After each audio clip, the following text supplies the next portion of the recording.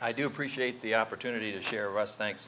And thanks to your team for making this all happen. When I realized that you all have my paper in front of you, I briefly thought about just not reading it. That gets Billy up here quicker. But I've just flown back from Mozambique, where I was for 2 weeks, just Sunday night. And I realized that reading the paper gives me the best chance of remaining awake and relatively alert through my own paper. So if for no other reason than for that, I'll just read my paper. It's no secret that higher education is in difficult waters. I mean, there's the financial aspect of it. There are the cultural crosswinds. There's governmental intervention of all kinds. But if there's a silver lining, I don't mean to minimize any of those, but if there's a silver lining, it is requiring institutions to stop and ask the purpose for what they're doing. And that includes Christian higher education. What is it that makes it distinctively Christian? Well, as Russ shared, I'd like to push that one step further. These storm clouds have a silver lining for us, and that is to ask this question: what is distinctively Wesleyan higher education? I propose such a school would operate as a sanctifying context, seeking to influence students, faculty, and staff toward full salvation for themselves and the world. Now, we've generally employed the term sanctification to describe the gracious work of God by which He purifies from sin and empowers for service. And that's not a wrong definition, but it is way too limited. It operates from an understanding of redemption that's way too limited. A better understanding begins in the Garden of Eden. Prior to eating the forbidden fruit, humanity enjoyed unimpeded fellowship with God. They existed harmoniously with each other, living as one flesh. Though naked, they were unashamed, at peace within themselves. They lived in harmony with the natural world, able to understand it and order it. Wesley described the first man prior to the fall as, quote, unspeakably happy, dwelling in God and God in him, having an uninterrupted fellowship with the Father and the Son through the eternal Spirit, and the continual testimony of his conscience that all his ways were good and acceptable to God, end quote. After eating the fruit, humanity's relationship to God, self, others, and nature was broken. They hid at the sound of God's approach. They experienced interpersonal conflict and intrapersonal shame. When sin moved in, nature ceased to be a hospitable home. Wrote Wesley, the life of God was extinguished in Adam's soul. He was unholy. He was unhappy. He was full of sin, full of guilt and tormenting fears. Thus was his soul utterly dead to God, end quote. From the garden forward, as I read the Old Testament, we see God working to restore these four broken relationships. This was why he called Abram. This is why he elected Israel, and from Israel brought the Messiah who became the mediator between God and men through the cross. The story of the Bible is the story of reconciliation. This principally concerns the reconciliation of humans to God, how we customarily speak of sanctification, but it also includes healing in the other three relationships. Be not content with any religion, wrote Wesley, which does not imply the destruction of all the works of the devil, that is, of all sin, end quote. Harmony with God fosters harmony with oneself, others, and with the natural world. God promised the Israelites that if they were rightly related to him, each would sit quietly under his own vine and fig tree. Think about that metaphor. Untroubled with oneself, unmolested by others, and enjoying the fertility of the promised land. That's a healing in all four relationships. According to the Apostle Paul, justification by faith brings us not only peace with God, Romans 5:1, but also peace within ourselves. For, as Paul wrote, the mind of the sinful man is death, the mind controlled by the Spirit is life and peace, Romans 8:6. Peace with God also brings interpersonal peace as we, quote, make every effort to do what leads to peace and to mutual edification, Romans 14:19. Complete reconciliation between humanity and nature awaits Christ's return when creation, as Paul put it, will be liberated from its bondage to decay and brought into the glorious freedom of the children of God. Romans 8:21. The Bible describes salvation using a variety of metaphors, but Wesley would agree that one of the most important is full-orbed reconciliation. He compared sin to disease and alienation, and salvation to healing and reconciliation.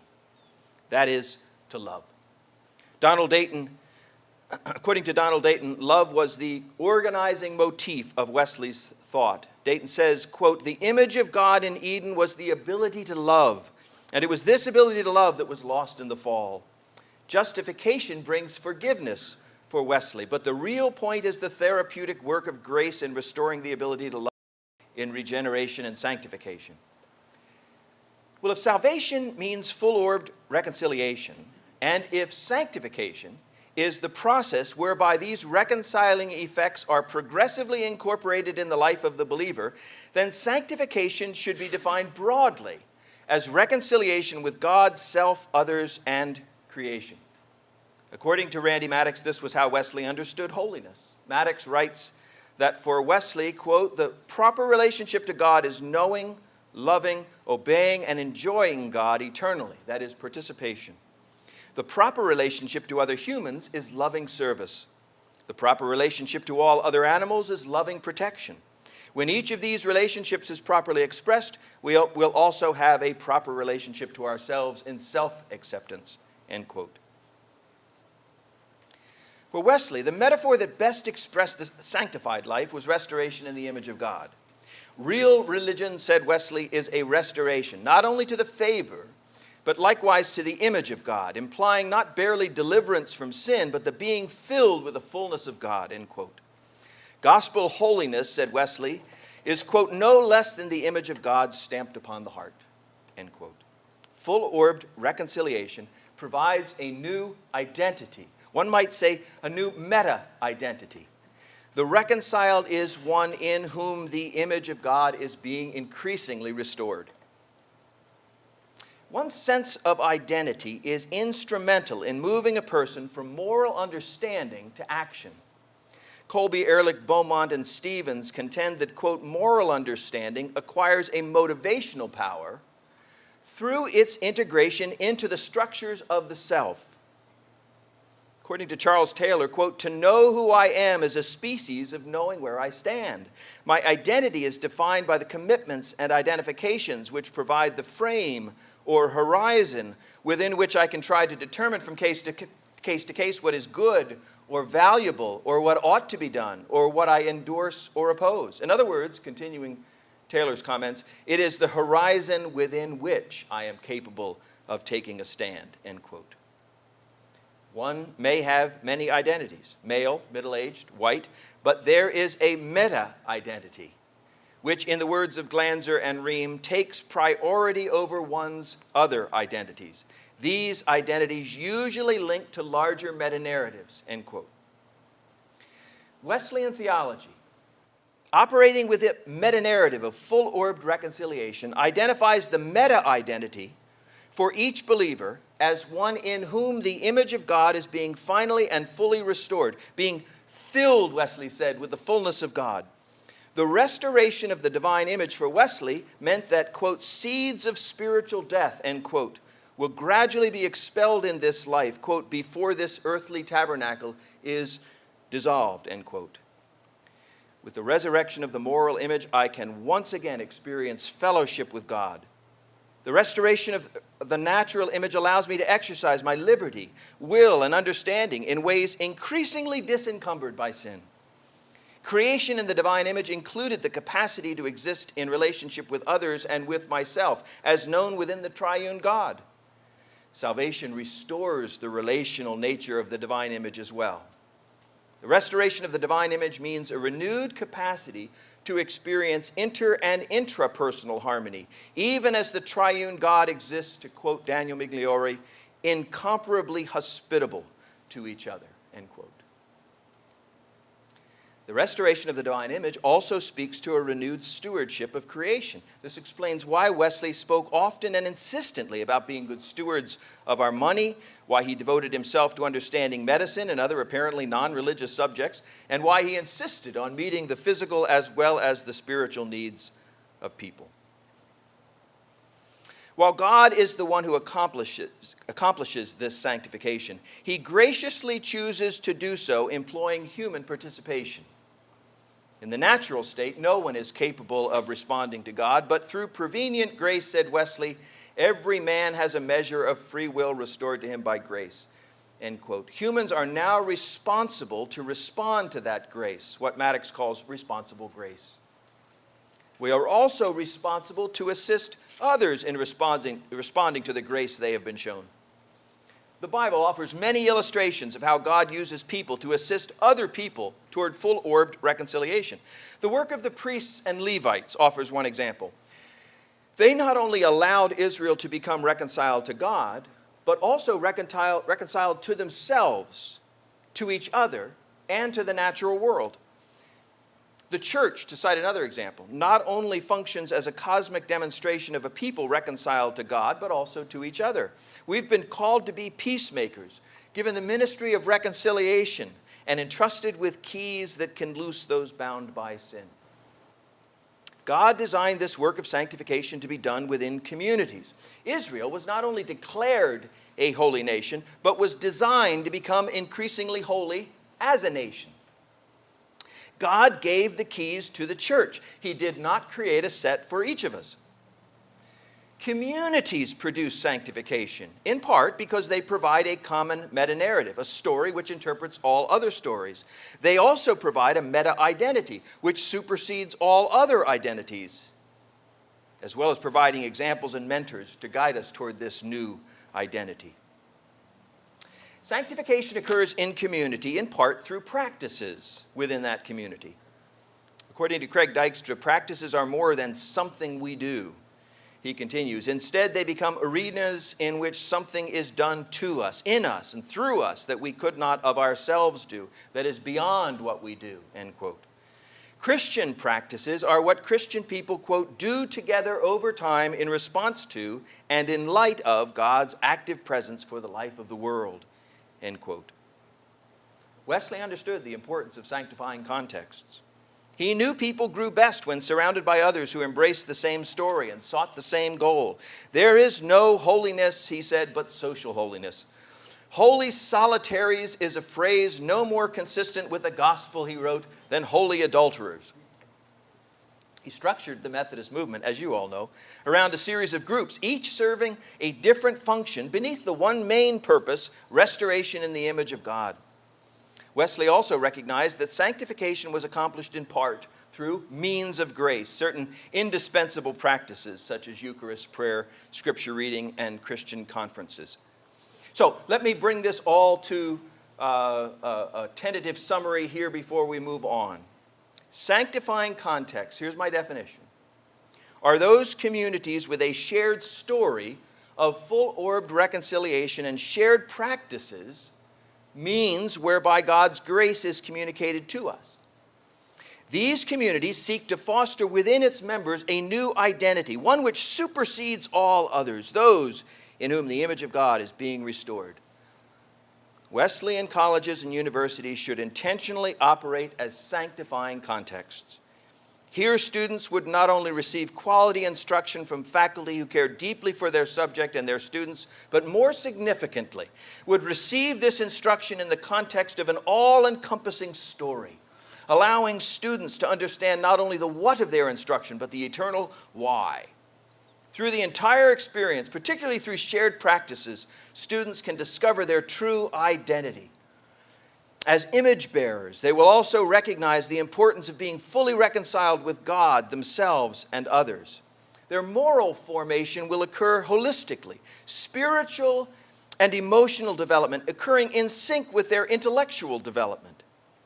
This experience of formation will reinforce a true understanding of personhood and reduce impediments to learning.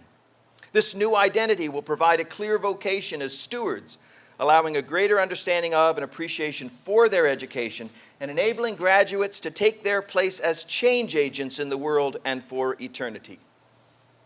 Wesleyan higher education should aim for nothing less.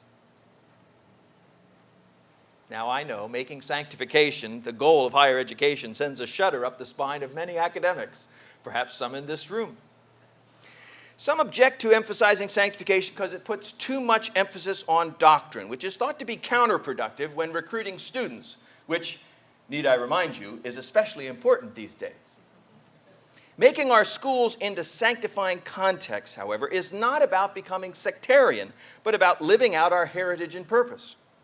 It involves incorporating the gifts God has entrusted to the Wesleyan tradition, gifts like responsible grace, an emphasis on love for God and neighbor, and the optimism of grace. In my experience, these appeal to Wesleyans and non-Wesleyans alike. As one student told me recently, she came to IWU knowing nothing of sanctification, but she said she's tried to learn what it means. And quoting her now that I have a grasp on it, I completely agree. That should be our main focus here at the university, end quote. Others prefer a more generic Christian environment, believing that doctrine stifles inclusivity. Well, it's just my impression, but I think that schools which move from a doctrinal position toward generic evangelicalism actually keep moving until they arrive at another doctrinal position. Generic evangelicalism is a vacuum waiting for something to fill it. It is a transfer station between destinations.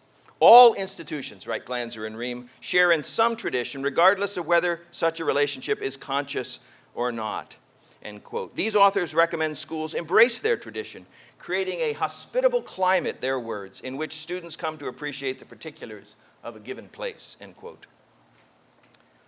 Far from putting schools at a disadvantage, celebrating one's tradition can be very beneficial. Robert Benny contends such an emphasis helps schools resist secularization. When dealing with outside groups, denominational affiliation should be helpful in matters related to behavioral standards. As to inclusivity, the heart of the objection, this should not be a problem at a Wesleyan college or university. Our theology is irenic, predisposed toward bridge building.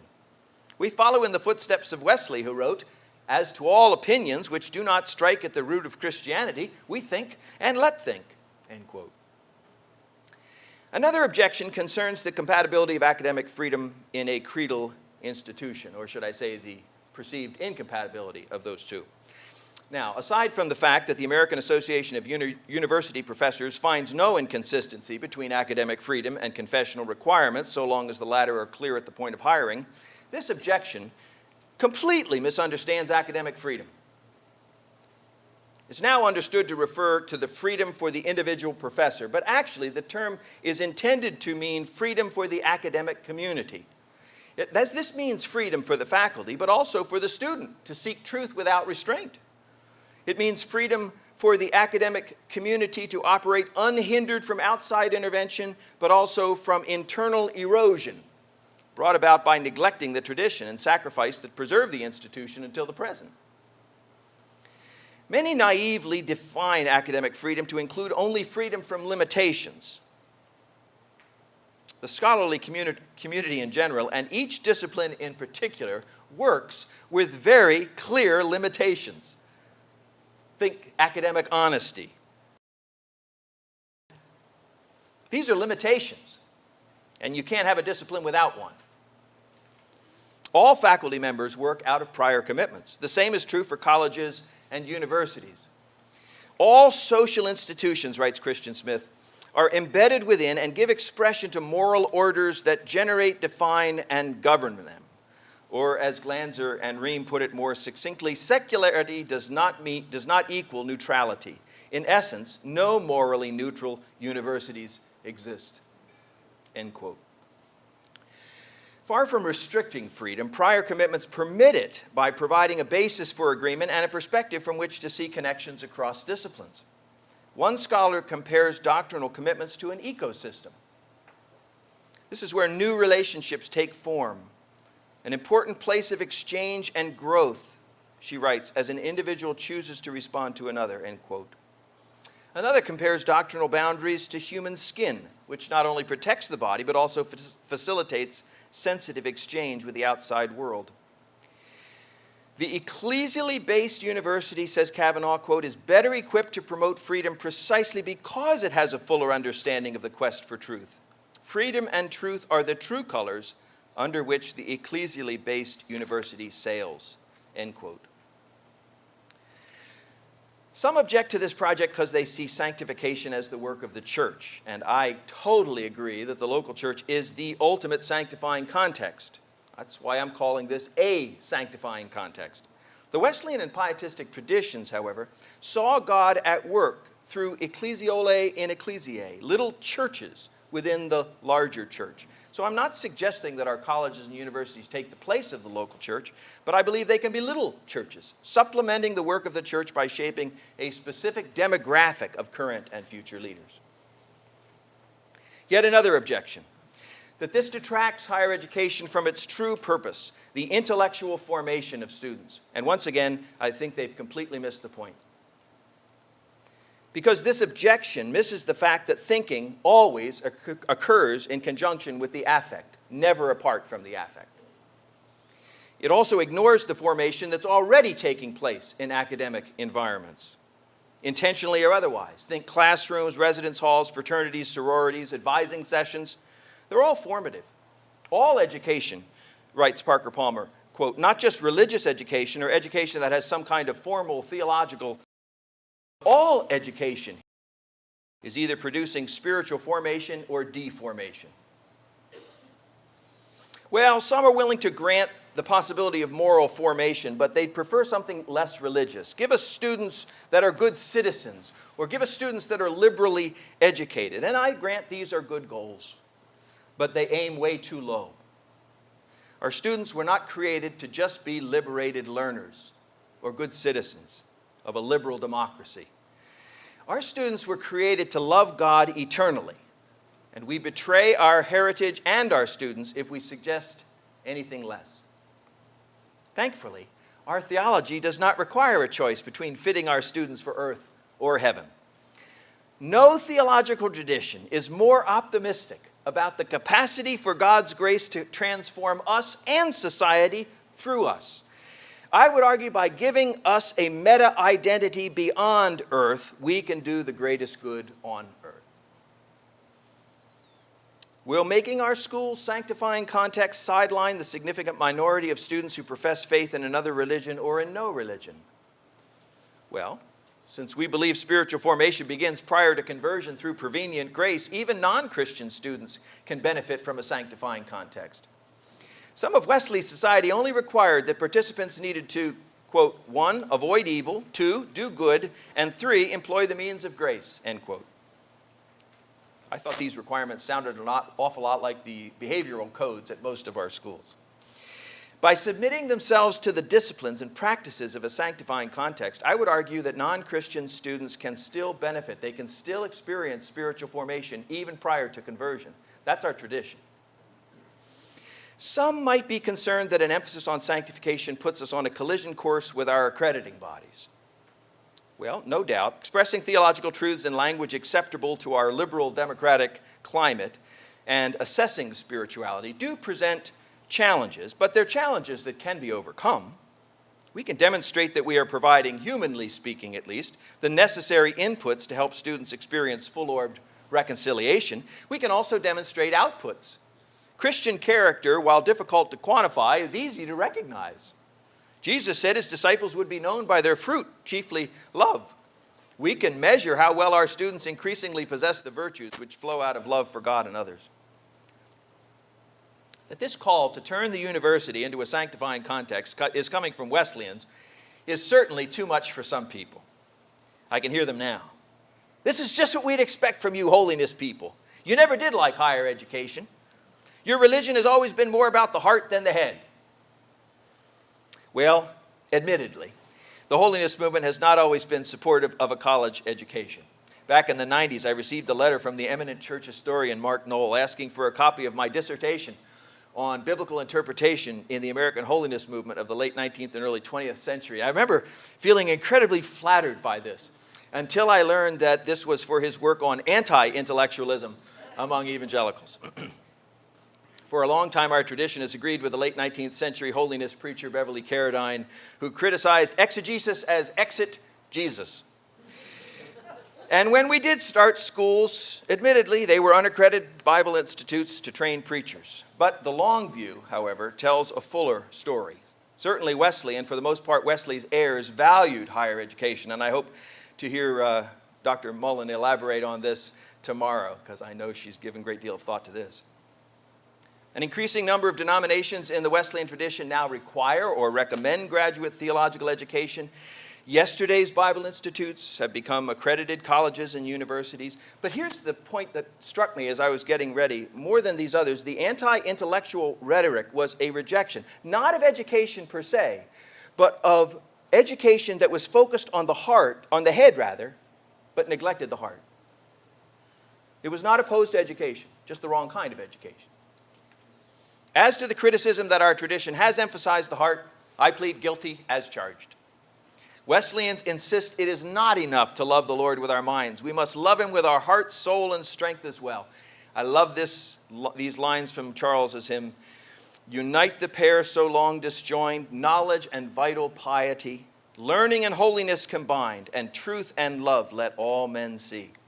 I think maintaining this combination of knowledge and vital piety is one of the chief distinctions of Wesleyan higher education and what a sanctifying context seeks to perpetuate. If we are right that college is necessarily a time of formation and that all formation has spiritual implications, then Christian higher education, I said Christian higher education, provides an optimal context for true spiritual formation. Truth can be made explicit with faculty and staff available to help students navigate the process. In a Christian higher education context, critical thinking can be developed in our students, but to a more eternal end. To use Mao's words, to equip persons who are faithful to the truth of the gospel. All students are confronted with the big question, but students at Christian colleges can also discover the time-honored answers provided by their faith. At Christian colleges, they can be called to dream dreams more worthy than economic success or personal fulfillment. Instead of taking up their career, Christian higher education will call them to take up their cross.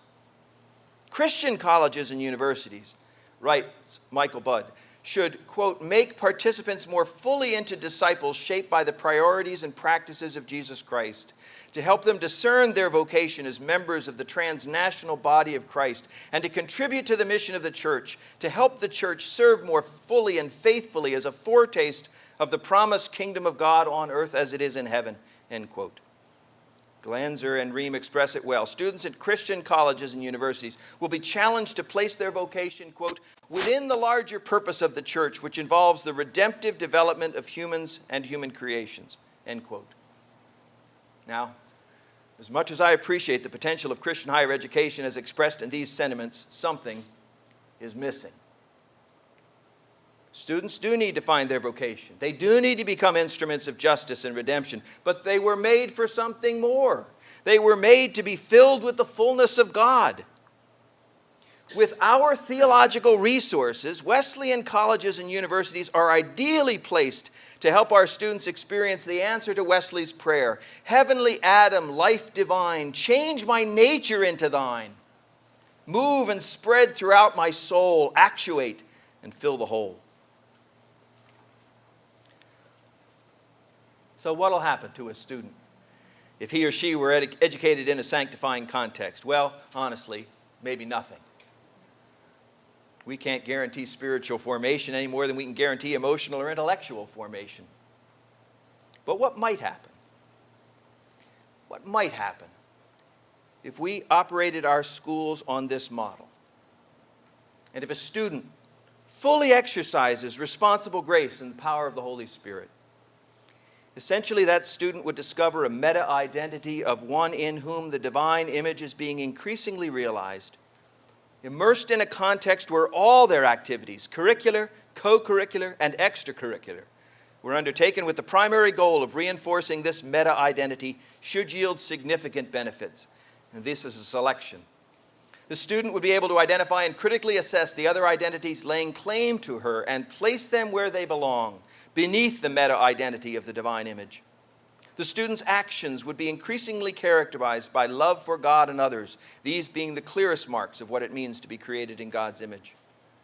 Loving God would allow this student to more fully experience and more properly respond to God, living in light of ever-deepening reconciliation. Loving God would allow this student to experience the restoration of other aspects of the divine image, such as reason, will, and liberty. A sanctifying context might not increase the student's test scores, but it will certainly increase his humility and self-knowledge, and help remove obstacles erected and bolstered by intra and interpersonal alienation. And even as I speak the words, your minds immediately go to those students for whom this could make an incredible difference. Faith can purify his motives for learning, making it less about his glory and more an act of love to God. If Mark Tennant is right that learning requires an act of faith in the future, then faith in our ultimate future, complete and full-orbed reconciliation, should profoundly impact the student's potential for learning. The student will experience greater love for others. Because her central identity is that of a person made in God's image, she will be more inclined to welcome all others, since all share that image. Even if their identities may differ from hers, culturally, ethnically, religiously, sexually, she will know that when it comes to the identity that matters most, we are all children of our Heavenly Father. It was this common reality that Wesley appealed to in his arguments against slavery. Liberty, he says, is the right of every human creature as soon as he breathes the vital air, and no human law can deprive him of that right which he derives from the law of nature. End quote, which for Wesley was inseparable with the moral law established at creation. To those who share with the student the common convictions that unite Christians, she will say with Wesley, if your heart is as my heart, give me your hand. But not content with being reconciled, our student will be better able to hear and respond to the cries of the world and will become at heart a peacemaker. The student will experience increasing reconciliation with himself. We all know students arrive on campus out of sync with themselves. Beside the developmental challenges of early young adulthood, they also face the discomfort of leaving home, the cognitive dissonance inherent in education, the pressure of deciding what to believe, anxiety of what to do with one's life. But the student educated in a sanctifying context would come to understand he was created in God's image with great worth. And I think this self-awareness will help him love himself for God's sake and accept the love that God makes available. This sanctifying context will liberate him to experience what it means to live at peace with oneself, free of shame, full of joy. The student will take his rightful place in the created order, claiming his vocation as a steward of creation. His identity clear. He will embrace his studies as preparation for stewardship. In his general education classes, he would seek to learn how the world works and how to move with the grain of the universe toward the good, the true, and the beautiful. Whatever his profession, he will pursue it as an expression of his vocation to foster full-orbed reconciliation in the world, to play God on God's behalf.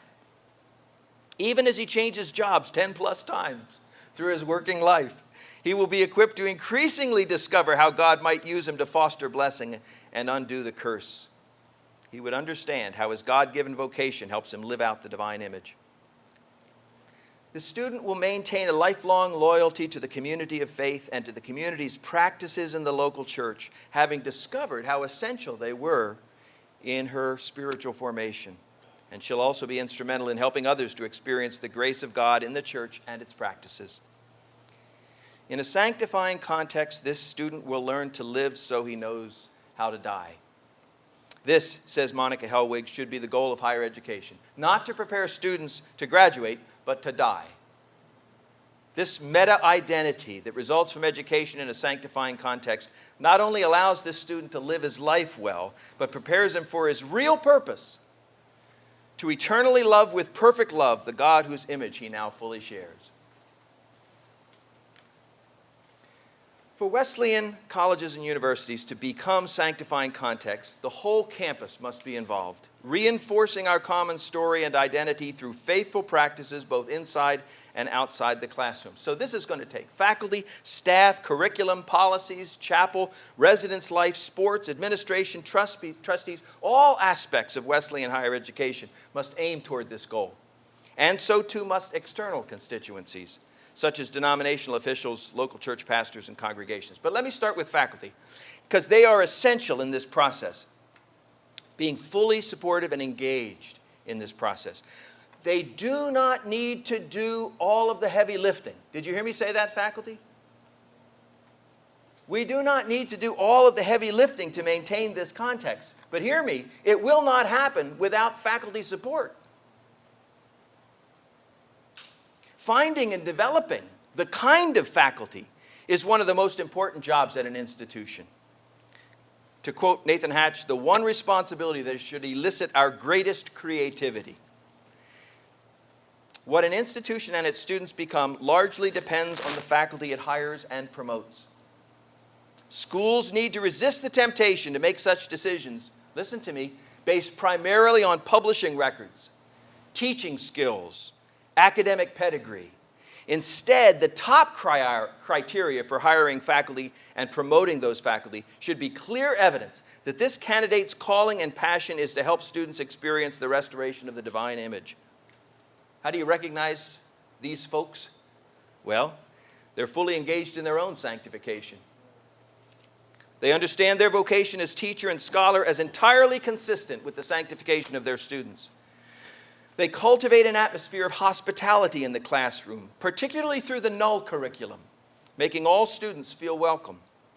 They demonstrate how the curriculum intersects with the story of reconciliation and with our identity as God's image bearers. This would be, for example, in lieu of starting class with a prayer and a verse, as helpful as those might be. This faculty member will engage in practices which are both spiritually formative and pedagogically effective. This faculty will wisely guide students in mentoring relationships, knowing when to be a supportive challenger and when to be a challenging supporter. This faculty will practice collegiality, a true barometer of a sanctifying context. This faculty will support activities, curriculum, and policies which foster the sanctifying work of this institution, and this faculty will encourage the hiring and promotion or tenure of other faculty based on their potential to strengthen the sanctifying context.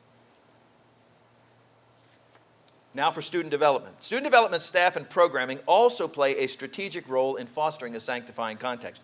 Although under typical traditional students attend college primarily for the classroom education, at residential colleges they spend nearly 10 hours in the care of student development for every hour they spend in direct contact with the faculty. With the right staff, guided by the right philosophy, and employing the right practices, these hours can be highly effective in promoting the sanctification of students. Let me give you a few specifics. Residence life programming, tutoring, counseling, disability accommodations, health care should be intentionally designed to help students experience full-orbed reconciliation. Student development should operate with the philosophy of in loco parentis, or some updated version, call it cum in parentis, agreement with parents. You've got to do something with those helicopters. Otherwise, students receive the message that their moral formation is pretty much a do-it-yourself project, one disconnected from their intellectual formation. This philosophy of some form of in loco parentis will help to dissipate that misunderstanding. I think required chapel attendance should be maintained. Benny's survey of schools which resisted secularizing influences and retained their religious mission identified strong support for chapel as an important factor. And by strong support, I would argue this means a high profile for chapel, as well as allocating the necessary time, space, and resources. Another, peer-to-peer spiritual formation should be strongly encouraged. Research, at least at our institution, confirms that students find interaction with peers, whether formally or informally, among the most spiritually formative aspects on campus. I say encourage short-term mission trips. I don't know how missiologically beneficial they are, Redman, but I think as far as spiritual formation, they're incredibly beneficial. Spiritual formation activities should be oriented to meet the full range of spiritual needs on campus. Those who matriculate with a strong and growing relationship with Christ, they should find that relationship nourished by a vision of God's grace that's life-giving and lifelong. But for those students who arrive on campus as Christians with all the trappings of the faith, but without having been fully weaned to a faith of their own, they should be encouraged to take this important step. And that significant minority of students who come without a commitment to Christ, for them, a sanctifying context should provide ample opportunities to understand and respond to God's invitation, whether that's at a chapel or spiritual emphasis service, a team or unit devotional, or in conversation with a faculty member or peer. Let me say a word or two about adult learners. The college or university experience of an adult learner is very different from that of a traditional student. Residence life is circumscribed. On-campus time might only be online. Compared to traditional students, a higher percentage of non-traditional learners, at least from what I've been able to see, they're nominally religious or even irreligious and are, on average, considerably older. Notwithstanding these differences, Wesleyan adult education programs can also become sanctifying contexts. I'm convinced of it. Because we understand that spiritual formation both precedes and follows conversion, even the older or irreligious non-traditional students can experience God's grace through their education. To say that they can't, to say that spiritual formation can only occur between 18 and 22, denies our claims of God's optimistic grace. But how do you produce this kind of sanctifying context in adult education? Well, let me suggest several things. First, hire the right faculty, because faculty are the principal contact for non-traditional students, though such contacts are less frequent and possibly only virtual. Well, to me, this makes it more important, not less important, that schools hire the right faculty and adjuncts. And once hired, they should be trained to make the most of every interaction. Classrooms should regularly allow adult students to analyze the spiritual implications of their own experiences and should employ pedagogically and spiritually formative practices. And I've listed several resources in the footnote and the bibliography that expand on this idea of transformational learning. Second, attend to the curriculum being used. All curricula has a theological basis. Can I get a witness? All curricula has a theological basis.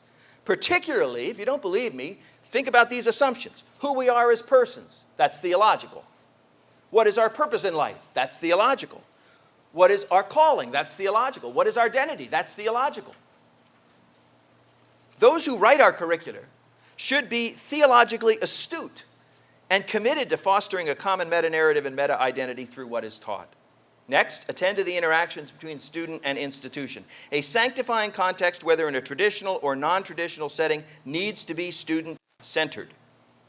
Residential communities have the luxury of redundancy, multiple ways of ensuring a sanctifying context, but non-traditional programs have fewer opportunities, so each opportunity must focus on what is best for the student's sanctification. So this is recruiters, faculty, academic advisors, business, student affairs, pastoral care, those who plan for graduation ceremonies. A sanctifying non-traditional context, listen, is a student-centered context. Now to the administrators and trustees. You may have less contact, but you play a strategic role. You've got to be careful which schools you choose as benchmarks and why you choose them, because those comparisons can have unintended consequences, such as the marginalizing of the very distinctions that are part of our DNA, and that marginalization can distort our mission. You need to courageously allow Wesleyan beliefs to permeate the institution. This will strengthen the institution, and more importantly, provide an education that's transformative in the deepest sense. You need to insist on hiring the right people, especially when hiring faculty and those influential in the hiring of others. For traditional programs, you need to be strongly supportive of student development in their work in loco parentis or cumen parentis. You need to cultivate a loving campus ethos through hiring and policies. Every employee needs to be treated with grace, every student, but they all held responsible for allowing God's grace to reshape them in the divine image. And this ethos needs to be maintained even in off-campus programs, which I will grant you would be hard. You need to develop public rituals which inculcate while celebrating our common story and desired identity. And you need to be carefully attentive to campus design. A sanctifying context can be fostered or hindered by what is built, where it's built, and for how much it costs to build it. For example, the design of residence halls can foster spiritual formation by including multiple common spaces, religious symbols, and a place for prayer. The importance and practice of corporate worship is influenced by the size, design, location of the space provided for chapel. Classroom design needs to foster hospitable learning environments. Is there sufficient space for students to interact informally with faculty and one another? That has spiritual formation implications. Buildings may rise and fall, but their influence on a sanctifying context will have eternal implications. It's a whole new definition for bricks and mortar. And the most important decision for trustees in particular is the selection of a president. This is the key individual for cultivating a sanctifying context, in my opinion. You've got to look beyond just the membership of their church. You've got to go beyond just finding a person who has the right label.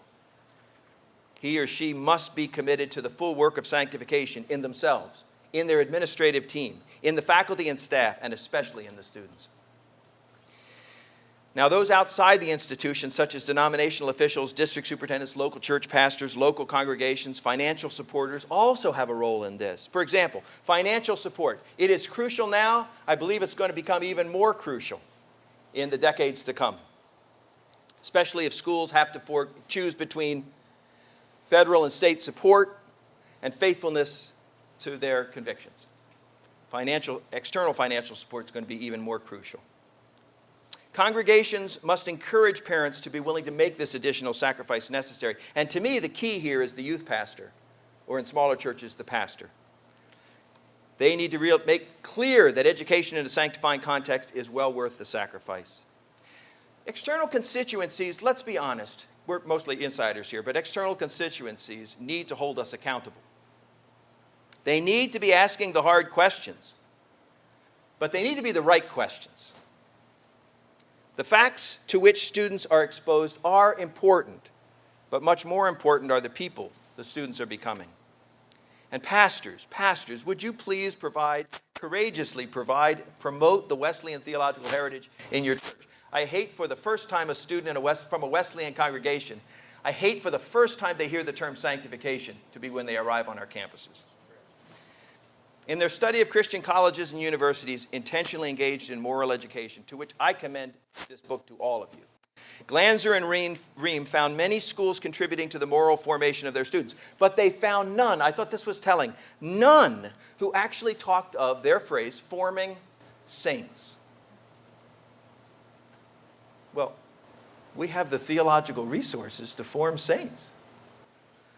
We have the meta-narrative of full-orbed reconciliation and the meta-identity of the restoration of the divine image. We believe in the importance of providing the community and practices where saints are formed. We value both the heart and the head.